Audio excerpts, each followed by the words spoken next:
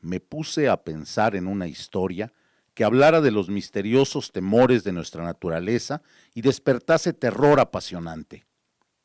Una historia para que el lector tema al mirar a su alrededor, para cuajar la sangre y acelerar los latidos del corazón.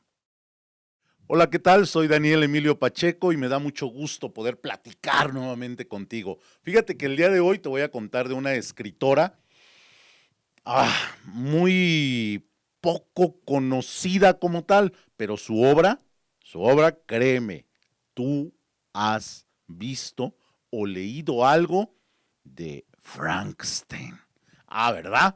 Mira, te voy a hablar de Mary Shelley. Ella es una escritora inglesa que creció al lado de su padre, una niña que tuvo que vivir la muerte de su madre, las segundas nupcias de su padre, que era poeta, y su refugio en esa época en Inglaterra, donde las mujeres no necesitaban, según las costumbres o la sociedad, estudiar, su refugio fue la biblioteca de su padre.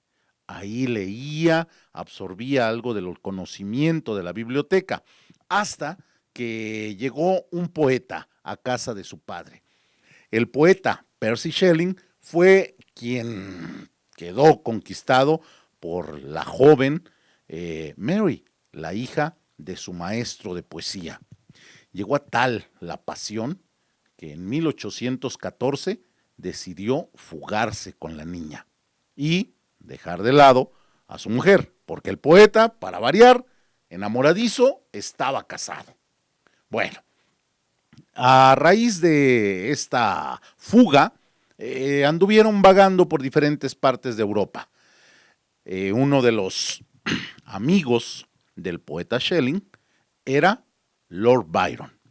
En 1816, en una ida a Suiza para visitar a Lord Byron, amigo de Percy Shelley, resulta que quedan atrapados en medio de la nieve.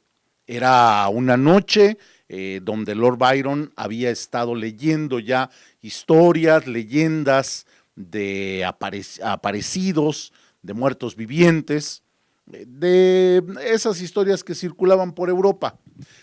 A Lord Byron se le ocurre decirle a los presentes que por qué no escribían una historia de miedo, una historia que hiciera temblar al ser humano.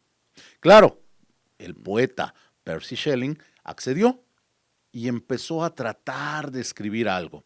Estaba también ahí John Polidori, que era el médico de Lord Byron. Él también empezó a escribir una historia.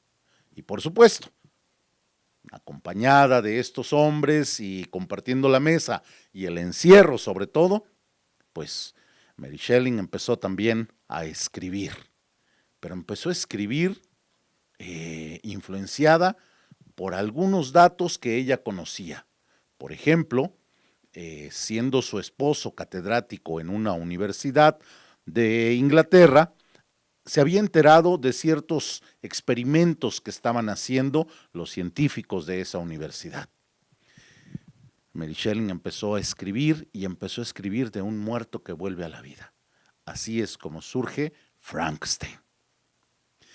Esa noche de 1816, surgieron dos grandes novelas. La primera, una novela gótica. La primera novela tal vez considerada en la historia como ciencia ficción. Hablamos de Frankenstein, escrita por Mary Shelley. Y la otra es El vampiro, de John Polidori. ¿Sabes?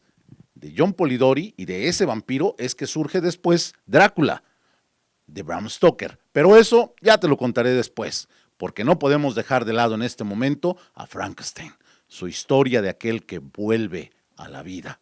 La historia que hablaba de los máximos adelantos científicos del momento, pero también de la terrible carga ética que los profesionales de la medicina cargaban sobre sus hombros. ¿Y qué decir? Del amor, del deseo de venganza, de todas las pasiones que el ser humano carga. Bueno, esta historia de Frankenstein se imprime en 1817 y Mary Shelley es al principio pues reconocida como una gran escritora, pero no pasa mucho con su obra.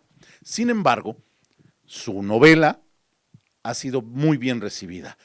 Frankenstein ha participado en el cine, en la televisión, en la novela gráfica, también en algunos otros libros. Bueno, pareciera que todo ya había salido bien. Su novela había sido publicada, era conocida como escritora, pero ¿sabes qué? Mary Shelley empezaba a vivir el dolor del amor. Claro, el poeta la había engañado. El poeta ya tenía también otras mujeres. Y ella empezó a tener un cáncer en el cerebro que la llevaría a la muerte. El 1 de febrero de 1853 muere esta escritora, víctima de un cáncer cerebral. ¿Sabes qué es lo más increíble? La enterraron en una iglesia con todo el rito religioso, cuando en algún momento de la historia la iglesia se puso en contra de la escritora y de su obra Frankenstein. Pero otro dato, cuando entierran a Mary Shelley, ¿qué crees que llevaba en su mano? Porque así lo había pedido. El corazón del que fue su esposo, el poeta Percy Shelley. Una historia de amor que se fue labrando a pulso, pero una historia también que nos deja como resultado una gran novela, Frankenstein. Es fácil que puedas acceder a ella en bibliotecas o en las librerías directamente. No dejes pasar esta oportunidad. Esta novela gráfica vale muchísimo la pena. Y por supuesto, la obra de Mary Shelley, que también se puede conseguir, no te la debes de perder. Nos vemos en la próxima. Recuerda, estamos en el 17.1, C7 Redes.